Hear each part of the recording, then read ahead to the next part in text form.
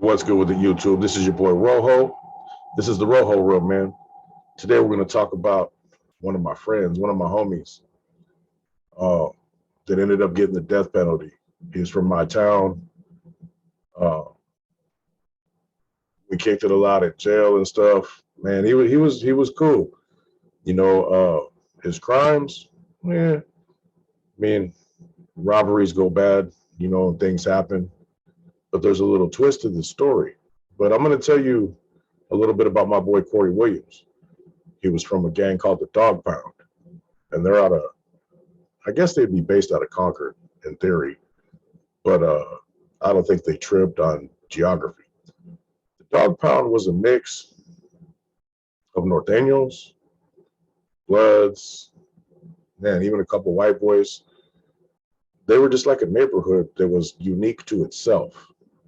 I don't really know another way to describe it, but check this out. I'm going to read the story. This is exactly from his case, man. Defendant Corey Williams was convicted of the first-degree murders of Maria Elena Carrillo and Maria Eugenia Roberts. The jury returned true findings on the special circumstances of multiple murder and murder in the commission of burglary and robbery. It found that the defendant personally used a firearm in both murders and that his co-defendant was armed with a firearm. Defendant was also convicted of 2 counts of first-degree robbery and 1 count of first-degree burglary, all with personal firearm use arising from the same incident. The defendant was given the death penalty. Appeal is automatic. The facts of the case: Maria Carrillo, age 74, lived with her disabled daughter, Gina Roberts, age 53. Ms. Carrillo owned a restaurant in Concord and did not trust banks. When the restaurant closed each morning, she would take the paper currency home in her apron. Periodically, she would consolidate the process into $100 bills, which she kept in the car. The victims were discovered by another of Carrillo's daughters, Lily Williams, on August 16, 1995. Williams had last seen Carrillo and Roberts the previous evening at the restaurant. Several times the following day, she called the restaurant and was concerned to learn her mother was not there. Williams and her ex-husband drove to her house, where they found her car parked at an unusual angle and items lying on the ground nearby. The front door of the house was open. Williams found Carrillo, I don't even know how to say her last name, forgive me, and Roberts on the floor. After hugging and trying to comfort them, Williams realized they were dead. The phone lines had been cut, but Williams' ex-husband was able to flag down a police officer. Contra Costa County criminalists examined the scene. Both Carrillo and Roberts had their hands tied behind their backs. They had been shot in the head. Bullets were embedded in the floor beneath them, and blood splatters also indicated they had been shot in place. 3 .40 caliber Smith & Wesson's cartridge casings were found near the body of Carrillo, and 4 were near Roberts. The parties stipulated that the murder weapon was People's Exhibit number 11, a Glock 40 caliber semi-automatic pistol. Autopsies revealed the victims died from their gunshot wounds. Fragments of a bullet was lodged in Carrillo's head, weighed approximately the same as a 40 caliber Smith & Wesson bullet. Now, David Ross, he's from Concord, was the principal prosecution witness. He admitted participating in the crimes along with defendant and Dalton Lolohia. Shout out to my boy Lolo. And testified the defendant was the shooter. Ross's credibility was therefore critical and highly contested at trial.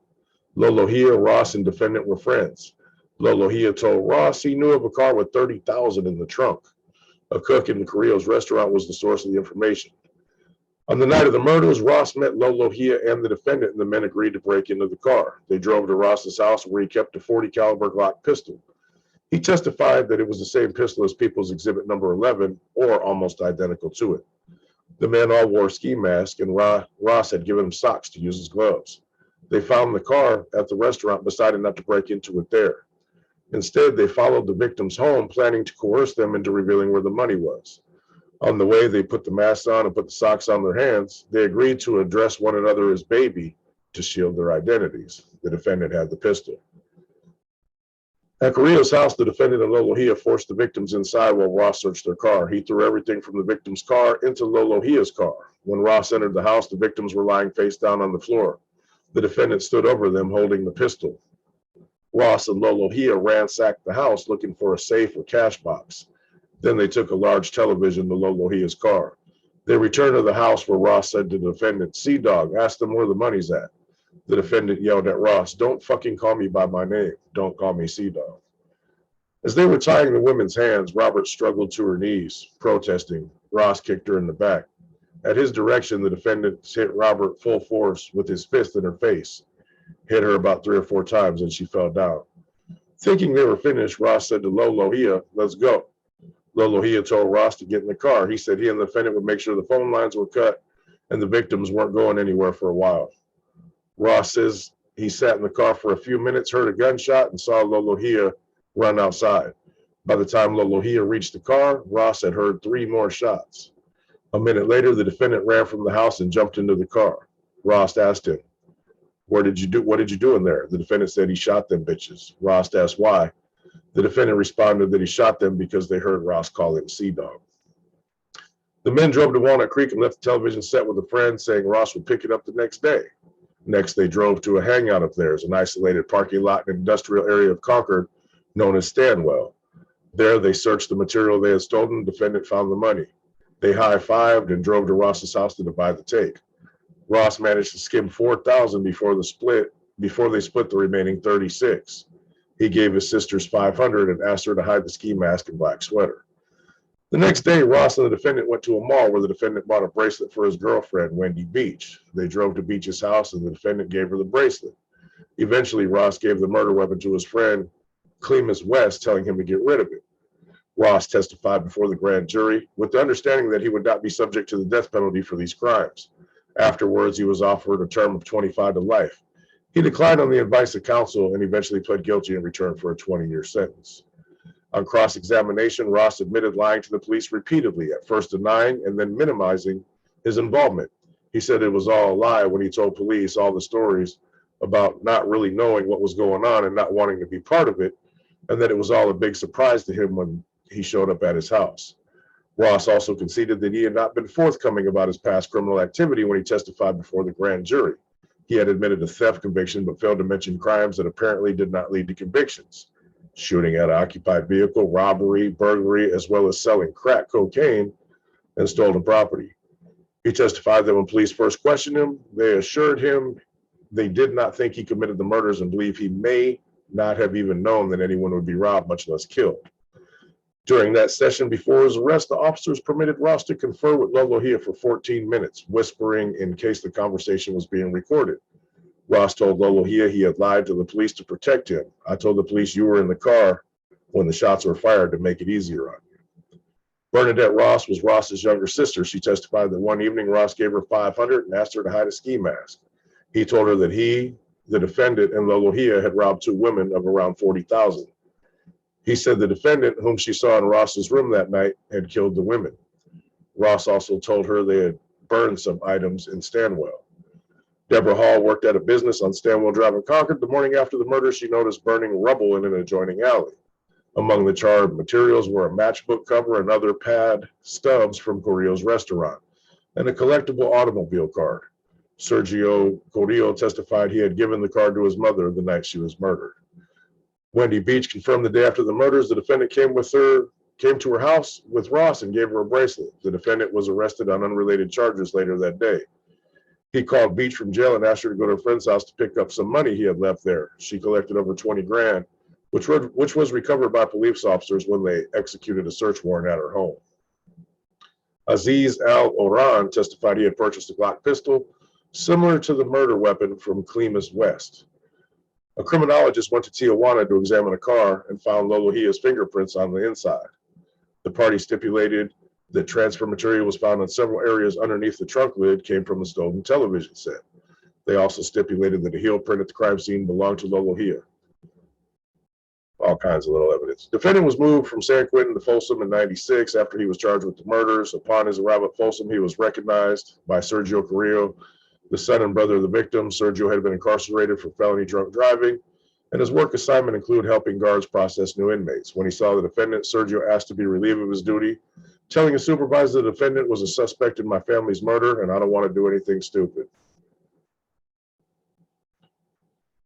Sergio was placed by himself in a nearby room where he learned from a co-worker that defendant was in an adjoining cell. The solid metal door between the two rooms had a 3-inch gap at the bottom. Sergio got down on his hands and knees and called the defendant through the gap. The defendant responded. Sergio asked him, "Hey, do you remember Maria Eleno Corrillo?" The defendant paused and replied, "Yeah."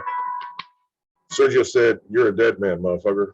During his subsequent intake interview, defendant told the officers on duty, "I need to lock up." They understood, man, that his life was in jeopardy and he needed to be placed in protective custody. Asked to explain, the defendant said, "They are going to stab me," but declined to identify who they were. When asked, "Why would they stab you?" the defendant replied, "Because I killed 2 Hispanics." Anyway, that's just a little interesting story, man. And the cool part about this is one of my other good friends, an individual from Concord. I don't want to put his name out there, but he's an OG. He's actually from Richmond, lives in Concord now. That turned out to be his family, and they were both my friends. And it was just a crazy story, man. But yeah, that's that, man. I knew C-Dog. He was real cool to me, man. I don't know what went through his mind, but you panic during certain situations and do things that may or may not be what you wanted to happen to begin with, and now you're sitting on death row, and that's a wrap. He ain't ever coming home. You know what I mean? Plus, man, he yelled at the family after court, all kinds of stuff. Man, he was just tripping. But I know Lolo, I know C-Dog. I didn't know the Dave Ross dude, but he's never had a good name. But shout out to the victims. C-Dog's my boy. He's never done nothing to me. Lolo was always cool. But I just want to share this story with you guys because those were 2 of my boys, man. And it was an interesting case because it turned out to be, if they would have known whose family that was, it probably never would have happened. You know what I mean? So anyway, this is your boy Rojo. Little personal story about a couple of my friends. Lolo ended up getting life. Corey got the death penalty, and that's that. You guys have a good one. Enjoy your weekend. I'm out.